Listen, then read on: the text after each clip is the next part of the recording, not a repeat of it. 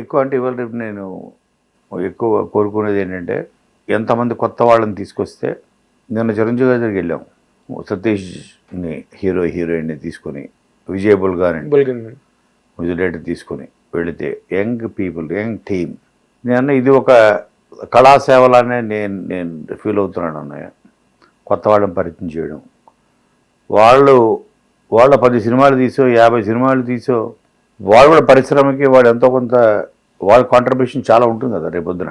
అవును కదా, సంవత్సరానికి 2 సినిమాలు 3 సినిమాలు వాళ్ళే కదా కొత్త నీరు రావాలి కదా. అందుకని అది నాకు మోర్ సాటిస్ఫాక్షన్ ఇచ్చేది, మోర్ దెన్ మనీ. నువ్వు చేస్తుంది చాలా గొప్ప పని వెంకట్, అది ఇది అని చెప్పేసి ఆయన చూసి ట్రైలర్ కానీ నాకు కొన్ని పాటలు కూడా చూపిస్తారా అన్నాడు. ఉన్నాయి లక్కీగా ల్యాప్టాప్లో చూపించాం. 2 పాటలు చూపించాం, చాలా బాగుంది. రోషన్ నువ్వు భలే డ్యాన్సర్ అయ్యా అన్నాడు రోషన్ చూసి. అలాగే చాలా బాగుంది సతీష్, నీ రైటింగ్ కూడా చాలా బాగుంది అని మెచ్చుకొని, ఇప్పుడు ఆయన కూడా ఏంటంటే మేమిద్దరం ఒకేలా ఆలోచించాం ఆ క్షణంలో. కానీ మామూలు గారి మన తరం సరే, మనం ఉన్నంత కాలం మన కళాసేవ మన లెవెల్లో మనం చేస్తూనే ఉంటాం.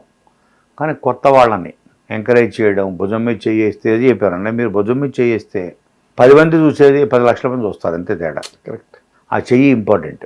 దానికి కూడా చాలామంది ఇటు ఆలోచిస్తారా, మనం ఎందుకు ఇవ్వాలి టైము, మనకి ఏమొస్తుంది దానివల్ల 5 పైసలు లాభం ఉంటుంది. కానీ ఆ చెయ్యి విలువ మీకు తెలియదు. ఎందుకంటే మీకు ఎంతోమంది మీకు అవకాశం ఇచ్చి మీ టాలెంట్ని పైకి తీసుకురావడానికి, ప్రపంచాన్ని పరిచయం చేయడానికి ఎంతోమంది దోహదపడ్డారు.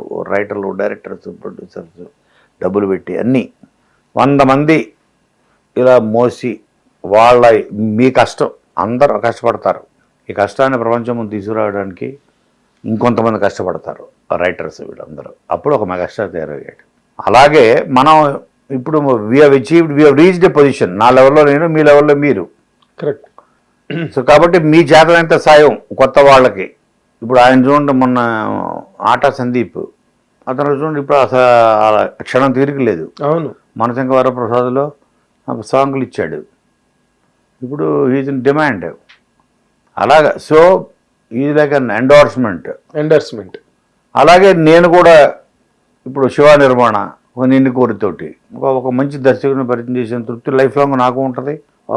అప్పుడు వెంటనే మజిలీ అని చేసి, ఇంకోటి చేసి, ఇప్పుడు ఇరుముడి అని మంచి మంచి సినిమాలు తీస్తూ, అటు థియేటర్లకి థియేటర్ ఆ వ్యవస్థకి అతను ఉపయోగపడుతూ, సినీ పరిశ్రమలో ఉన్న వీళ్ళందరికి డిఫరెంట్ క్రాఫ్ట్స్కి వాళ్ళందరికీ పని చెప్తూ, ఇలాగ మనకు తెలియకుండా మనం ఒక పరిశ్రమ అన్నమాట ఇది కదా. మరి సినిమా ఇండస్ట్రీలో ఒక రైటర్ పెన్ తీసి వాడు మూడు బాగుంది, ఆ రోజు పొద్దున్న లేచి పెన్ తీసి పేపర్ మీద పెట్టాడంటే ఆ పరిశ్రమ తయారవుతుంది. అంటే ఒక సినిమా అంటే 100 రోజులు వర్క్, 100 రోజులు అంత కాల్ షీట్లు, ఎంప్లాయ్మెంట్లు, ఇవి ప్రొడక్షన్ పీపుల్, వీళ్ళు లైట్ పెన్, వీళ్ళు వాళ్ళు, మనకు తెలియకుండా మనం ఒక 100 కోట్లకి ఆజ్యం పోస్తున్నాం. బీజం ఓంకారం రాసి సిరియన్ని రాస్తారు, సో దాంతో ఓమని పెడతారు. ఏదంటే ఆ ఓం అని అంటే 100 ఓం ఇంటూ 100 కోట్లు, ఓం ఈజ్ ఈక్వల్ టు 100 కోట్లు. సరే, అంటే మీరు నిజంగానే మీరు మొన్న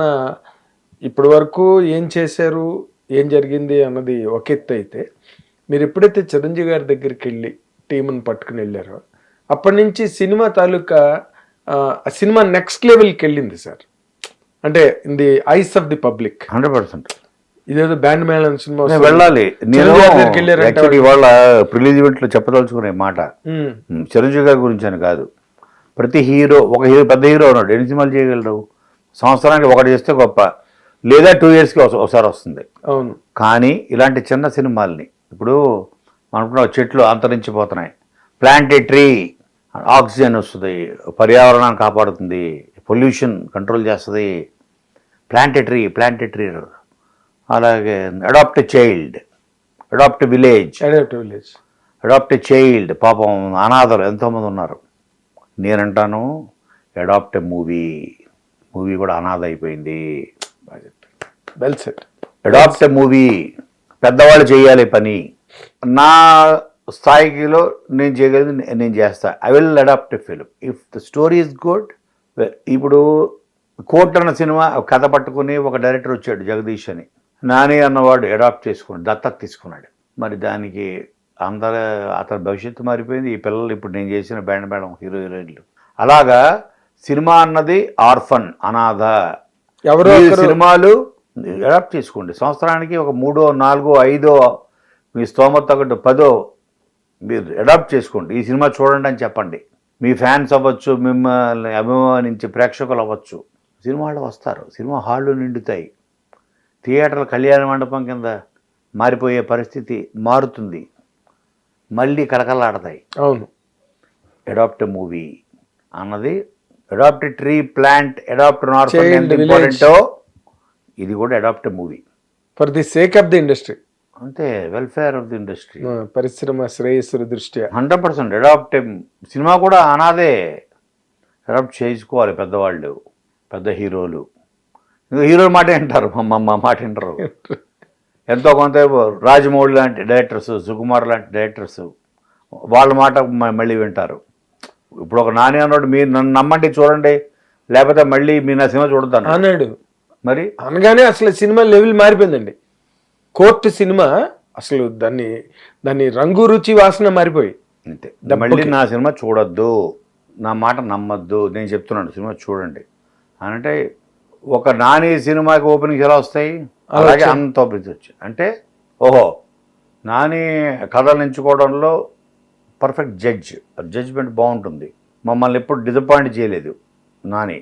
అతను చెప్తున్నా అంటే ఇది కూడా డిసప్పాయింట్ చేయదన్నమాట అని నమ్మి అంత కలెక్షన్లు ఇచ్చారు. 50 కోట్లు గ్రాస్ చేసింది అది. అవునండి. ఇప్పుడు అదే ఈరోజు సాయంత్రం నేను కూడా చెప్పబోతున్నాను, నన్ను నమ్మి మీ సినిమా చూడండి. ఇంకొకసారి నేను రాసిన సినిమాకి మీ లెక్క రావద్దు. బాగుంది స్టేట్మెంట్. ఇలా అనకపోతే లొసుగులా ఉంటుందండి. అంటే ఏదో సినిమా తీసాం చూడండి అన్నాడు, కానీ ఇప్పుడు ఇలా మాట్లాడడం వల్ల నాని మామూలుగా అన్నాడు అనుకోండి, సినిమా చూడండి with conviction, Conviction confidence, conviction.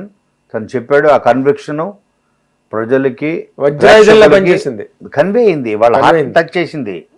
తను నిజాయితీగా చెప్తున్నాడు ఏంటి మనిషి. అది కన్విక్షన్ అన్నది మన కళ్ళల్లో కనపడుతుంది చెప్పేవాడి. అది గుండెల్లోని చెప్తున్నాడా మార్కెటింగ్ స్ట్రాటజీనా అని. అయితే ఇప్పుడు మిమ్మల్ని ఒక ప్రశ్న అడుగుతాను, ఒక ట్రై చేస్తాను, మీరు కూడా ఆన్సర్ ట్రై చేయండి.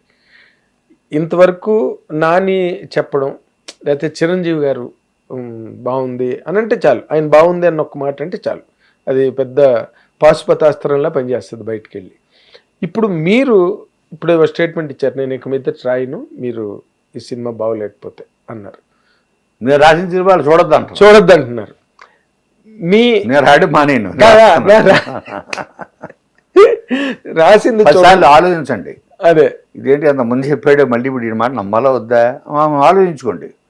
దీనికి ఆలోచించద్దు.